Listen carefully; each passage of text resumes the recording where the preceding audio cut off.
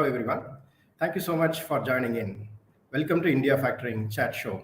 Factoring, one stop solution for your global aspirations. I'm Vinod Wasan, your host for the day.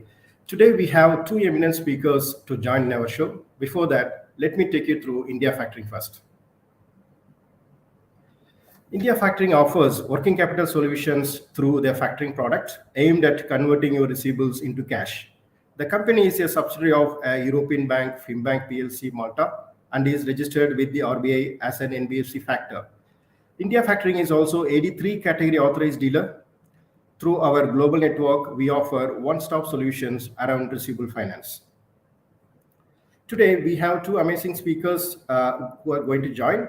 They will talk about global trade efforts taken by government to promote trade, working capital finance in India, and solves all your queries pertaining to trade and financial aspect of your business. Please stay tuned. Let us welcome our first speaker, Dr. Badri Narayanan Gopalakrishnan, PhD, Lead Advisor and Head Trade Commerce Strategic Economic Dialogue, NITI Aayog. It is a joint secretary rank position leading the work on trade and commerce policy strategies, as well as strategic economic dialogue for the government of India's NITI Aayog that functions under the chairmanship of the Honorable Prime Minister of India, coordinating with different ministers, mainly commerce, finance, and state governments. He is an applied economist with 20 years experience and expertise in economic modeling, data science in many areas such as international trade, energy, agriculture, economic impact on new technologies, etc. Welcome to the talk show, Dr. Badri Narayanan. We are honored to have you in our show today. Thank you, Mr. Vinod. Thank you for having me. Thank you. Let us welcome our second speaker, Mr. Ravi Velacha, CEO, India Factoring and Finance Solutions Private Limited. Experienced banking and financial services professional with expertise in factoring and supply chain finance, and current CEO of India Factoring.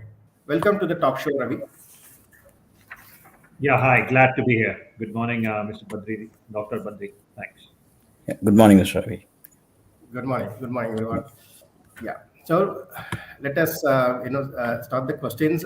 I will start with Dr. Badri regarding the current trade trends in India and the new initiatives government is taking in. The first one is in 21 to 22 fiscal ended on a cheerful note for India's international trade. Indian exporters did not just demonstrate COVID resilience, but they have bounced back very strongly with good export sales. Over 400 billion India has achieved for the last financial year. So it is a very significant increment. And there are many key initiatives by Indian government to boost export trade in India, like free trade agreement with Australia, UAE, etc., and also flagship program like Local for Global and PLI scheme. So we'd like to understand from you what are the current initiatives government is undertaking to promote more trade from India.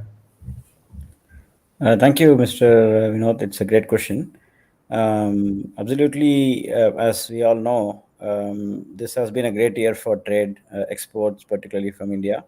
We have the record growth in exports and highest ever export level that we have ever done. In goods, we have crossed $420 billion, and in services, almost more than half of that. So these are really big numbers. And to some extent, it's also coming from the price increases, but there is a real growth effect that can be derived from this. So that also has been one factor for us to go for all these free trade agreements, wherein we can gain more access to global markets. So as you rightly mentioned, we have UAE, we have Australia deals already done. There is a more comprehensive deal being negotiated with Australia. And there is a wide range of trade agreements that are being negotiated now on UK, with EU, with Canada, and several other countries, and many countries already. It's in media, and many other countries are in the making. We are discussing. We are in some initial discussions. So it's really important for Indian exporters to gain all these market access in different countries. And while negotiating, we are taking care of the needs of the exporters. In several countries, the tariffs are high, so we are negotiating to reduce the tariffs, so that the exporters can, have a competitive advantage there. In some ways, we are at a disadvantage because many other countries have signed such trade deals, and we don't have such trade deals. So we are at a disadvantage now. But by signing all these deals, we are at a level playing field with other comparable competitors in other countries. So that in itself is a major step by the government. All these trade deals and so on. And secondly, we also have a lot of export promotion initiatives. You also talked about the production linked incentive scheme, which is not directly connected to exports, but eventually it also has an export oriented production in some of the sectors. Some of the sectors are export oriented, some of the sectors are import substituting, and some others are strategic sectors, labor intensive sectors and strategic sectors. So we have this combination in the PLI scheme, and that also can, because for exports, we need few different fundamental requirements, right? One is market access, which we are working on with the other countries. Second is quality standards and scale, and these are all kind of interrelated. If you have a large scale, then you can ensure that the quality is good. You meet all the standards. You have the money that you need to spend for improving the standards and so on. So for increasing the scale, we did not have a very concrete scheme in India for a long time. We had capital subsidy schemes, and that they did not work so well, because I've personally known many companies that would just use the capital subsidy scheme to get some missionaries, but no production would happen. So that has been a long time riddle in the policymakers as to how do we spend money in such a way that it leads to actual production and employment. And that is how the PLA scheme was born. And that has definitely an impact of creating the environment needed for exports growth, which is, as I mentioned, scale, increasing the scale. So that is an important aspect. And particularly, I mean, there are many schemes. I think I'll need 1 or 2 hours to keep on explaining all the schemes, and many of the schemes all of you already know. But I want to just slightly emphasize on what we are doing at Niti Aayog. So at Niti Aayog, as you all know, we think about the longer term strategies and deeper analytical insights that are needed for policy, and we work closely with the Commerce Department of Commerce on all these aspects, trade negotiations, and so on. So one is we are directly part of all these processes. But even more importantly, we have, you might have seen this export preparedness index. That's something that Niti Aayog developed and published. We have so far had two editions of that, one for 2019 and one for 2021. That actually quantifies and ranks the different states in terms of how prepared are they for exporting, and that's very important. We need this competitive federalism where you let the states compete with each other to enhance their exporting infrastructure and environment. So that is another way in which we are nudging all the states to perform well. We look deeply into the various parameters that influence the preparedness for exports. And there are several other initiatives where, for example, it's not sufficient to just sign these agreements, but we have to take these trade agreements to the exporters. I think we may also let MSMEs and so on. So those, when if they want to capitalize on these trade deals, we have to let them know what is happening, like what markets are we getting access to, how do they make the best out of these trade deals and so on. So we're also doing that kind of outreach programs. We organize some webinars, some seminars, and we are coming up with some capacity development programs and so on for the exporters to understand what is happening.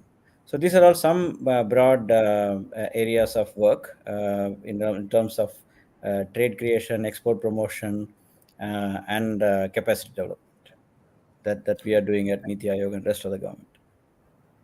Thank you, Dr. Badri. Actually, very well explained. And there is no doubt the government is taking lots of steps. That is the reason the export is promoting well. And also, as you clearly mentioned, now Niti Aayog is working more inclusively by taking, the benefits are going to the exporters. And we are also very eagerly waiting for the EU new trade free trade agreement coming this month end. I think you will be as a lead advisor working closely with Commerce Ministry to work out. So because EU is a big region for India in terms of trade, so definitely it will be much beneficial to the exporters. And we'll move on to our speaker, Mr. Ravi. Ravi, please share your view on current trade and demand in the globe, and also please elaborate us in the high growth scenario. All segment exporters are pushing for maximum capitalization of this demand. So in this scenario, how the factoring plays a role for exporters? Thanks, Vinod. Interesting question. Of course, as Dr. Badri and Nayan mentioned earlier, there has been tremendous growth. Like last financial year, India achieved the merchandise growth of $400 billion plus, plus service exports. So in totality of $650 billion plus of exports out of India. That is expected to go up to approximately $800 billion plus in this current financial year. So on the back of this, how do you finance this trade element? The international trade is something which is equally important. Till now, the traditional means of financing has always been there, and it will remain also. But there are new emerging trends which are there, and of course, factoring and supply chain finance is one of the key areas where which enables the global trade. In fact, most of the global trade across the world, primarily in developed countries, mature markets, is backed by the factoring or supply chain finance mechanism. Unlike a traditional banking mechanism, which is LC backed, we have seen that the LCs are gradually diminishing over the world, and the world is moving across to more open account trade. Now, that's a reason also why they are moving across to more open account trade, is that the world is getting close knit. The world is more globalized, more the underlying reason for LC was that the buyer and the seller were not having trust in each other, whether the goods will be delivered, whether the payment will be made, respectively. The same thing is being done now with the world being more closed. That's why people are relying more on the open account trade. And that's where the mechanisms of financing also has to move on to the new age, which is what factoring is all about. Just to share with you some insights, we at India Factoring are the leaders in India in providing factoring services under two-factor mechanism with FCI as our associate for the global trade. We did close to around about $466 million worth of business last year, and this year possibly maybe $650 million plus of business by itself. Now, this is backed by the growing awareness of the factoring services by the exporters and moving on from the plain working capital finance to the new age mechanism. I'll tell a little bit more about factoring, why it is more beneficial for the exporters. We all know primarily SMEs and mid segment exporters are choked for finance, or not able to grow their turnover because they are not able to provide adequate collaterals. Banks are primarily reliant on the financing part, on the collateral backed structures. However, as a factor, we rely on the underlying strength of the receivables rather than on the any such collateral. So it's primarily an unsecured product offering, which eases out the working capital in a much effective manner. On top of that, with an exports which is backed by the underwriter based out of the buyer's country, so we are underwriting the buyer's risk. So we are fulfilling that gap also, where we are underwriting the buyer's risk. So what it entails is that the proposition to the exporter is without recourse. The buyer's coverage is there, so he can just concentrate on manufacturing without bothering about the payment, defaults, or any such scenario. More so, since this is an without recourse proposition, it is effective on the balance sheet for the exporter also. What it means is that they are not carrying it as loans and advances. It's a assignment route which we are taking, and that means that the receivables are actually sold off. So that effectively means that the balance sheet is more, optimized, I would say, and at a better cost structure on an optimum level, and enables them to improve their ratios. This enables them to perform on a high growth mechanism, uh, grow the turnover, take on more orders, and increase their throughput, which in a sense contributes to the overall exports out of India. So that's the in a broader scenario what I wanted to discuss about the factoring and how we can do more to support exporters out of India. Thanks. Thank you. Thanks, Ravi, for giving an insight on how factoring plays a major role in the growth segment. And also, it is very clearly mentioned LC is going out of market, where factoring plays a major role for exporters. So it's not only financing arrangement, also securing receivables and helping growth of all companies. And we'll move on to the next question, which is to Dr. Badri. So regarding currently the input cost, increasing input cost and supply chains are the major challenges MSMEs are facing. So this challenge is not allowing them to make complete advantage of the current global demand. So we are please elaborate as initiatives taken by Niti Aayog to support MSMEs, and please share us how MSMEs can manage this situation more efficiently to take advantage of the global demand. Yeah, thank you. And on the prices, the input costs, definitely it's a global issue. So we are seeing this globally. Every country is facing this problem. If To be frank, the increase in costs and prices in India are relatively low compared to other countries like US and so on, particularly given the longer term inflation trends, price trends in different countries. So in the developed countries, you expect the prices to change very little, like the inflation is very low. Whereas in countries like India, the developing countries, we are used to higher levels of inflation because we are growing fast as well. So if you take that kind of vantage point, that kind of perspective, then you see that our prices are increasing. Definitely, it is worrisome. It's affecting the MSMEs. It's also affecting the common people. But at the same time, in relative scale, it's not very high compared to other countries, and that is because of the various initiatives taken by the government and by the different both the central government and the different state governments, and also the Reserve Bank's policy measures.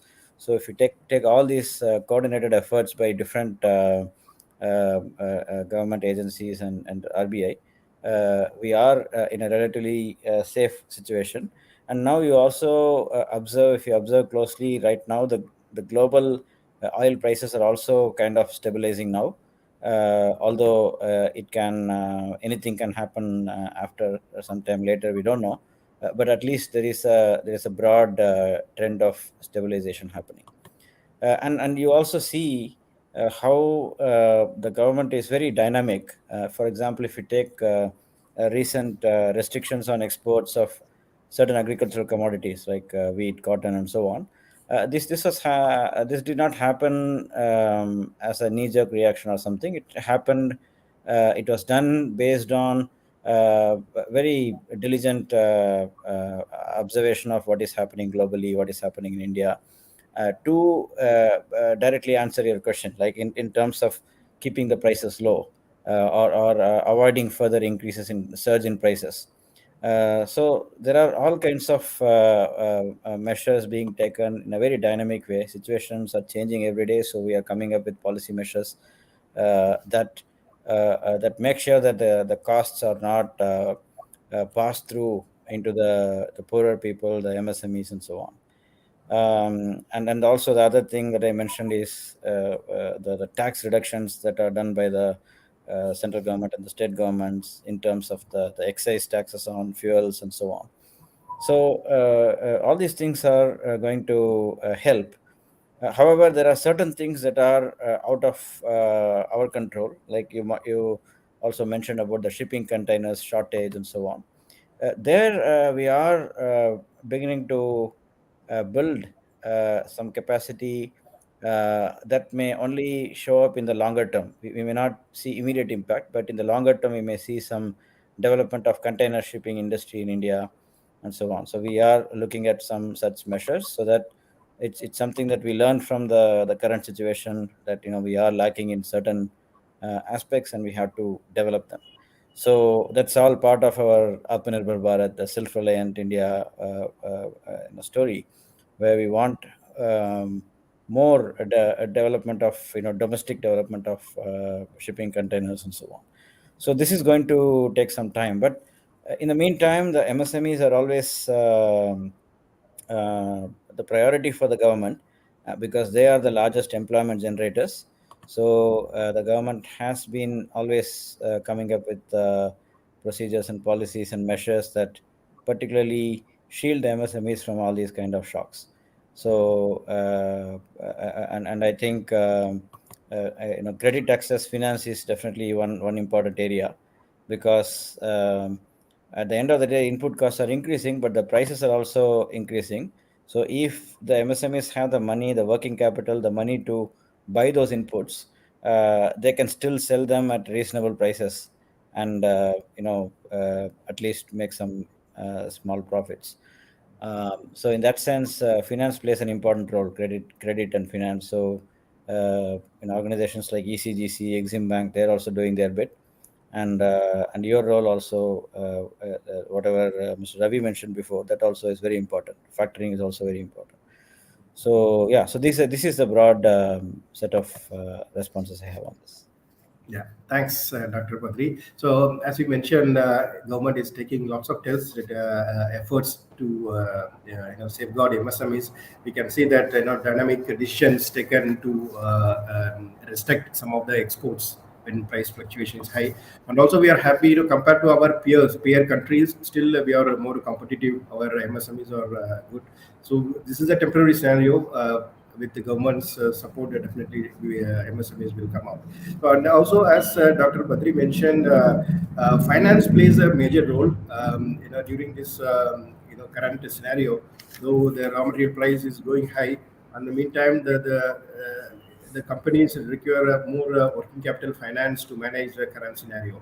So, Ravi, please give us more insight on. There are traditional banking arrangement is there. Many companies are using, but still in this growing scenario and the raw material, the input costs are increasing. How the MSMEs can get benefit from the factoring products?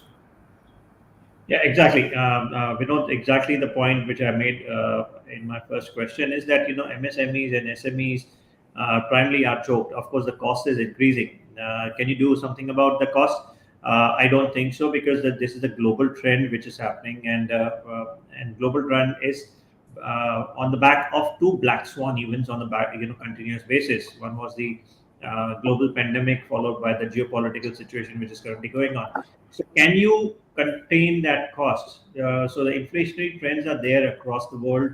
Uh, Fortunately for this time, the demand is not down, right? The demand is still high, maintained, but the supply constraints and the cost pressures are coming in, and that's what eating into it. And that's where the SMEs and MSMEs are getting affected also.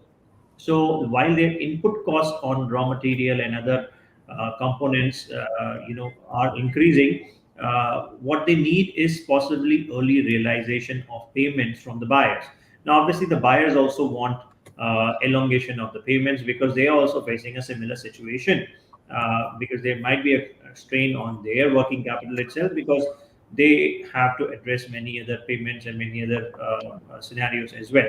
In that scenario, the factoring product comes into the play and has an effective solution where we can step in and help the buyer maintain that payment schedule, and by way of making an early payment to the supplier. Supplier is at ease, the buyer is at ease, and we collect from the buyer at the end of the tenure and make good of it. So it's a win-win situation for all the stakeholders involved, and the product being an unsecured, it turns out to be a more effective solution for an SME or MSME supplier who may not have that much sort of a collateral to provide to the bank for the traditional banking facility. And that's where I call the effectiveness, the real effectiveness of factoring is much better than a plain working capital from the banks. Thanks. Thanks, Ravi. We have an audience question. Is Ramanathan. Dear panelist, do you foresee the use of AI, machine learning, and blockchain in cross-border merchandise trade? Movement of containers, tracks, etc., can get stuck up for very simple reasons. Dr. Badri, can you please? Sure. Absolutely, these are very important technologies, and if you look at the recent trends in the agricultural exports, for example, the Commerce Ministry, the Department of Commerce has already developed some blockchain solutions for some of the agricultural products. So we a few months ago we published an article in in one of the online outlets. I'm happy to share that with you. So in that we had actually explained these aspects. So blockchain can really help the traceability tracking, and like what Mr. Ramanathan mentions here, in terms of tracking the movement of containers and avoiding they're getting stuck up and so on. That is definitely a very important thing that we can track using these technologies. But even more importantly, this can be used to track also the quality standards, and particularly this is very important for the agricultural products. That's why I was talking about them, because India, being such a large agricultural agro-based economy, we are not so proficient in terms of exporting perishable agricultural products, and the products that are that require a lot of compliance with a lot of standards. So there again, this is very important. We Blockchain technology can really help in that. And similarly, AI and ML also can be helpful in terms of not only the infrastructure part, the logistics part, but also the kind of things that we just discussed before about the price fluctuations and so on. So both at a policy level and at a company level, exporter level, these technologies can be used to predict what is coming up timely, and devise strategies accordingly. So these are all some examples, but definitely my short answer is yes. These are definitely important technologies. Thank you, Dr. Badri. Hope Ramanathan question answered well. Um, we'll move on to another question. It's for the new guidelines from government. And sorry, we have another viewer's question. It's from Vinod Chaube. Dr. Gopalakishan, my question to you. The schemes that Government of India has been announcing for promotion of trade and commerce, especially for exports, fail to achieve the desired results due to process and bureaucracy around its execution. The ministers, departments, RBI, banks, etc., make the delivery of scheme cumbersome, eventually making it unattractive due to time and efforts involved. Can't these schemes cut multiple touch points and using e-governance, digitization, bring under first delivery link? Yeah, in fact, this is something that is part of government's initiatives, and in some time in the future, some of these things will be taken into account. For example, the ULIP initiative, which is integrating all the logistics, the transportation aspect. Within that, we're also looking at developing some kind of single window clearance and so on. But yeah, these things absolutely. This is very well known. What is being asked is really very important and quite a well-known deficiency we have at an implementation level. And the government is doing whatever is needed, coming up with some plans and ideas to eliminate all these deficiencies, so that the last mile delivery is efficient and transparent and beneficial for everyone. Thank you, Dr. Badri. So, as you mentioned, now various changes are coming, and it is in progress. We are seeing compared to previous olden days, now lots of online, and the bureaucracy is getting reduced. So definitely, it is progressing we are towards that thing. Thanks, Dr. Badri, and thanks, Vinod Chabi, for the query. And we have another query from Abhijit. India is well positioned to become USD 5 trillion economy, looking at economic shift from West to South Asia way forward. Believe it's high time that regulators promote such innovative trade finance products like export factoring by extending interest subventions, etc. Would appreciate your views in this regard. Dr. Badri, over to you. Yeah. So this economic shift is definitely happening, and the Western. It's not necessarily a shift from West to South Asia, but more from within Asia, like shift from East Asia, Southeast Asia to South Asia, and so on. But it's not. It's happening slowly, and but this opportunity is there. This $5 trillion economy is happening. It's just a matter of time. In a couple of years, this is going to happen. But yes, these trade finance is also being examined in India. We have some discussions going on. You might have seen a report released by some of my other colleagues recently, called digital finance and digital banking and so on. So this is definitely a work in progress. Yeah, absolutely. Thank you, Dr. Badri. Vinod, if I may add, just to add what Dr. Batrina mentioned, Yeah. this is, definitely going, progressing well, as Dr. Batri mentioned, and and really to show, give you an example, there is efficacy on the ground also. The Ministry of Finance has come up with Gift City, right? So Gift City, they are enabling as an various platforms for who are going to be running the export factoring and the mechanism. So what we used to see earlier, the business moving on to the Middle East or developed economies in Asia, there is an opportunity for holding back or managing that business through the Gift City. So that's an excellent example of the regulators' push and the ministry's push towards new means of financing, and that's what they realize also, that there is a growing need to move to the new age mechanisms. Another example, Trades itself was a unknown in 2017 when it was launched. Yesterday, the three trades platforms I was discussing with, they mentioned that in the first year they did an annual turnover of $5 million annually. All three put together, they did a business of $5 million. Last year, that is financial year ending March 2022, all of them put together possibly did an annual turnover of close to $8 billion. So that's a huge number, a growth in 4 years' time, which has been seen.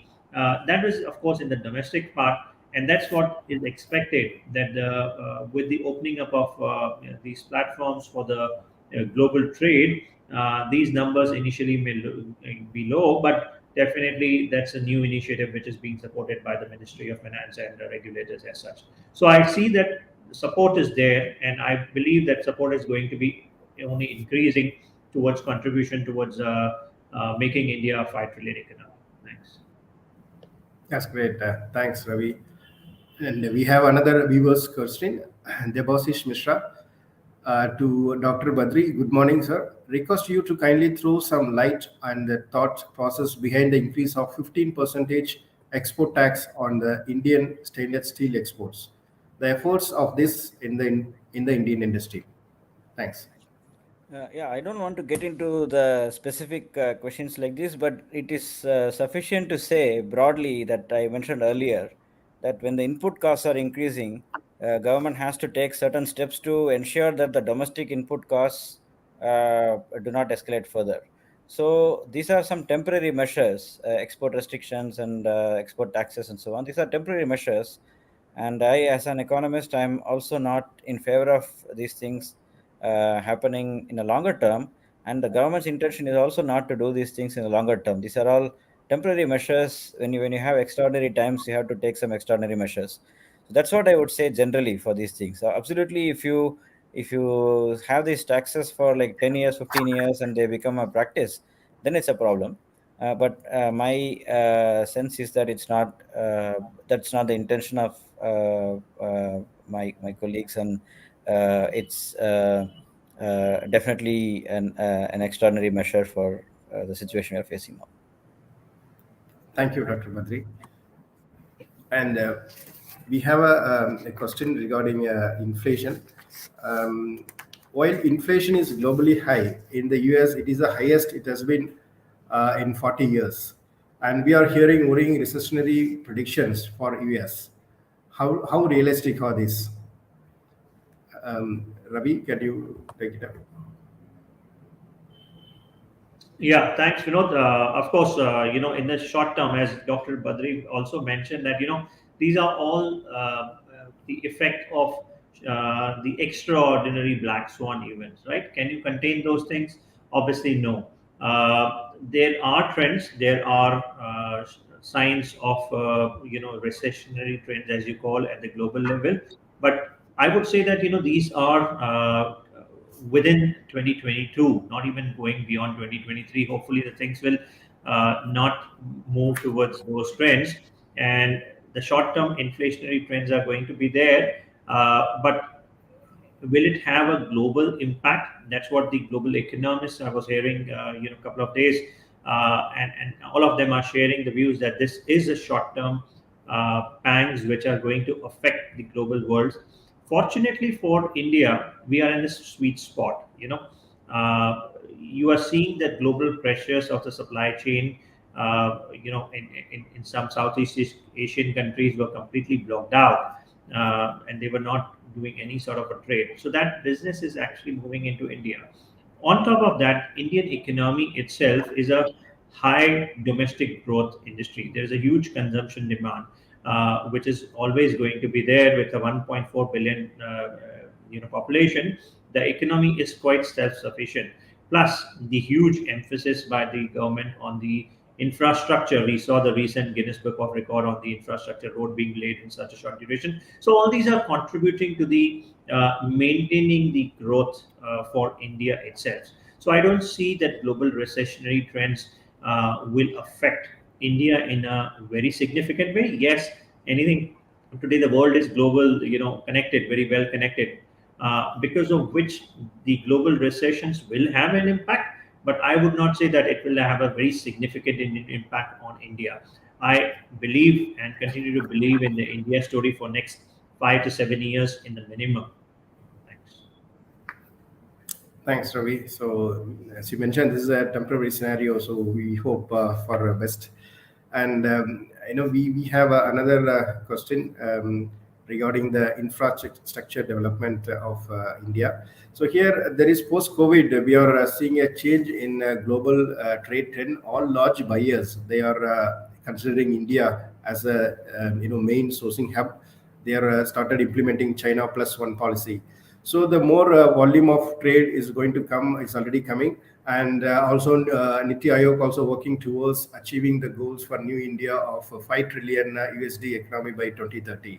To capitalize the growth and significant improvement in infrastructure is required to reduce transaction and transit and cost and time.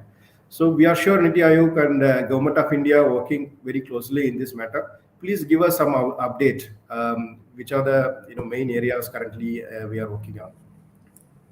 Yeah, absolutely. In fact, I already mentioned about this ULIP policy, that ULIP platform that links all the logistical aspects in one platform. That is one thing, and also the Gati Shakti platform is another, where we can have a very granular view of how infrastructure is happening in different places, and that can help state governments, local governments, and the central government work together to fill in the gaps and develop stronger infrastructure and do a lot of data analytics. Somebody was talking about AI and ML. Those kind of things can be used here to understand how, to what extent the exporters are facing difficulties in terms of infrastructure, and eliminate those deficiencies. Right. So that is one thing. A lot of digital platforms and modern the latest disruptive technologies being used for that. And also, in terms of opportunity, like you mentioned, China plus one is a big opportunity, and also our pragmatic positioning in the Russia-Ukraine crisis also helps us stay connected with both the West and Russia, and that is also helping us to alleviate some of the price concerns, because we are able to get cheaper inputs from all these countries because of their mutual lack of demand, in irrespective of the increasing prices otherwise.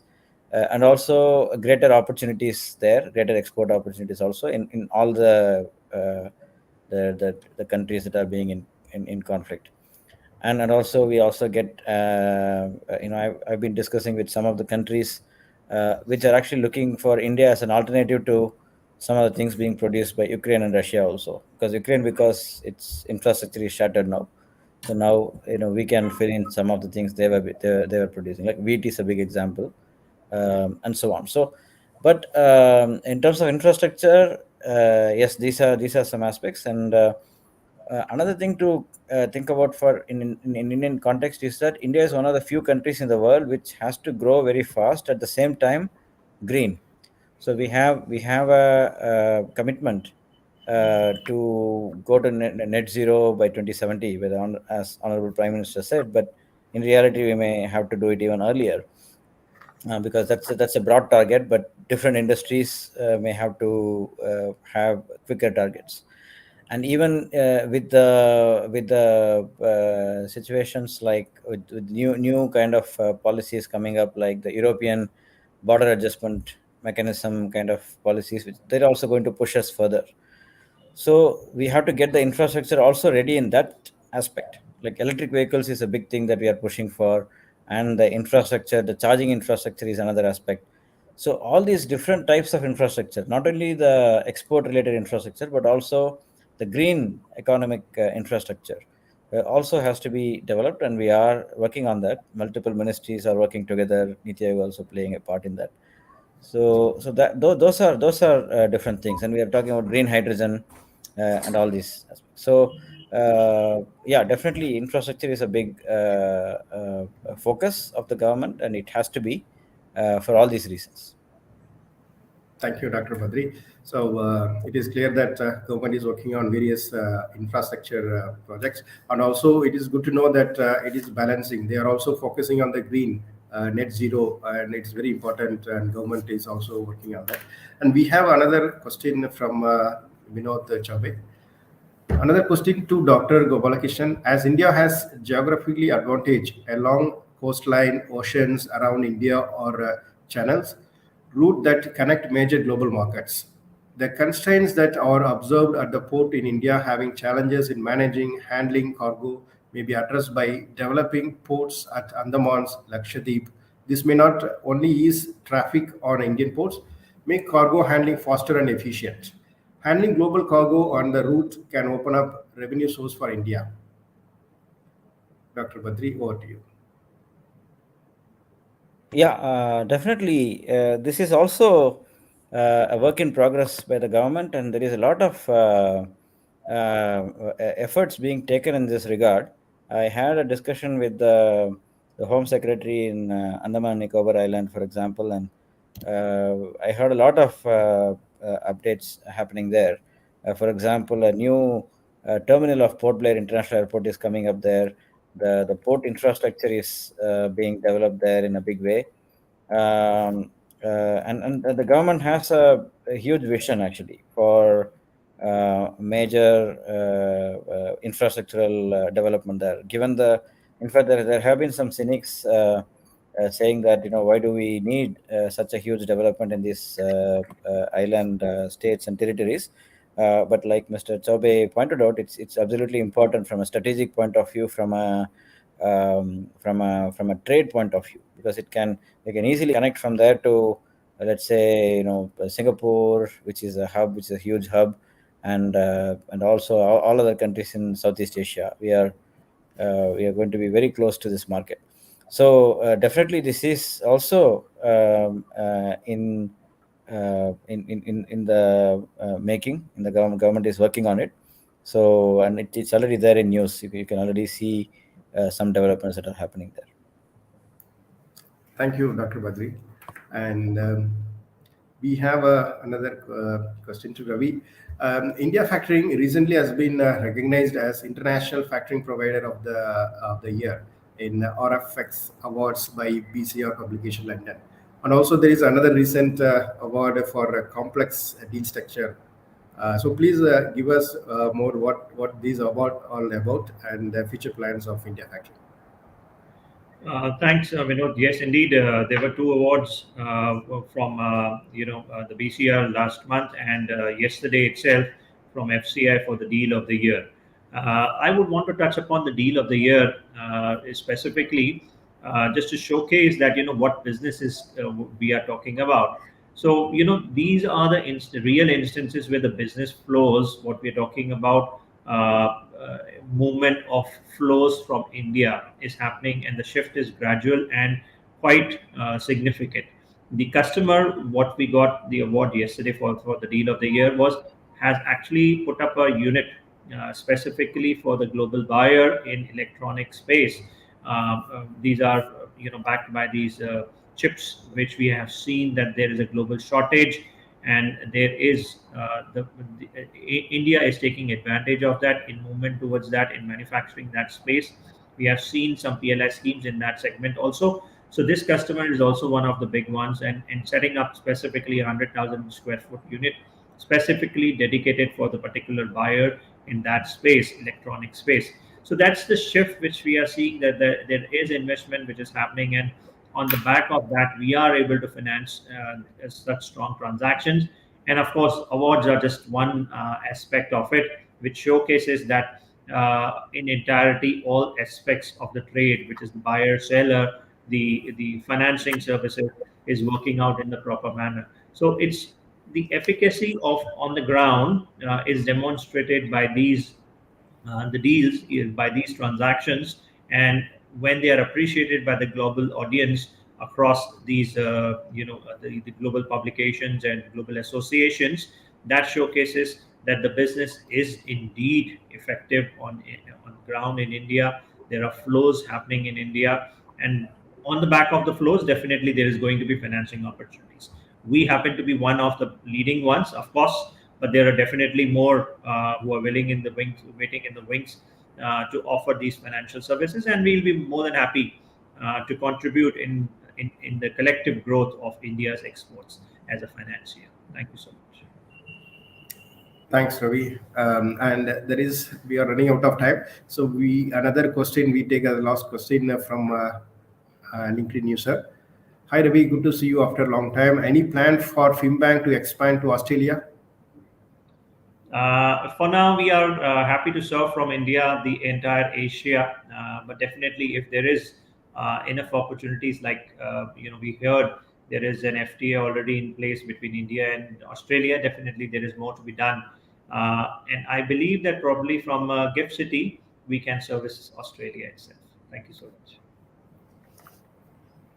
Thank you, Ravi. Thank you, Dr. Badri, for joining us and sharing your insightful thoughts on global trade and the new initiatives government is taking now. So it is very helpful for the exporters. And thank you, Ravi, for joining us and sharing your insightful thoughts on export trade and finance arrangements for exporters. Thanks, Ravi. Thanks, Dr. Badrinaran. Thank you for joining us. Yeah, thank you very much, Mr. Ravi, and thanks, Mr. Vinod, for the great questions. And also thanks to the participants also for the great questions. It's a great way to engage with the industry and the participants, so we can we also have to hear what are the bottlenecks that the exporters are facing and the industry is facing, and this is a great way to interact and get the inputs from everyone while working on policy. Thank you once again. Thank you.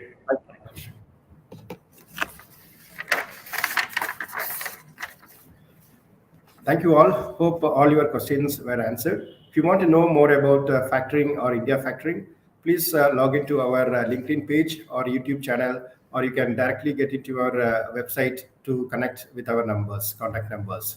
I'm signing off. We'll be back with an interesting topic and interesting speaker soon. Thank you. Have a great day.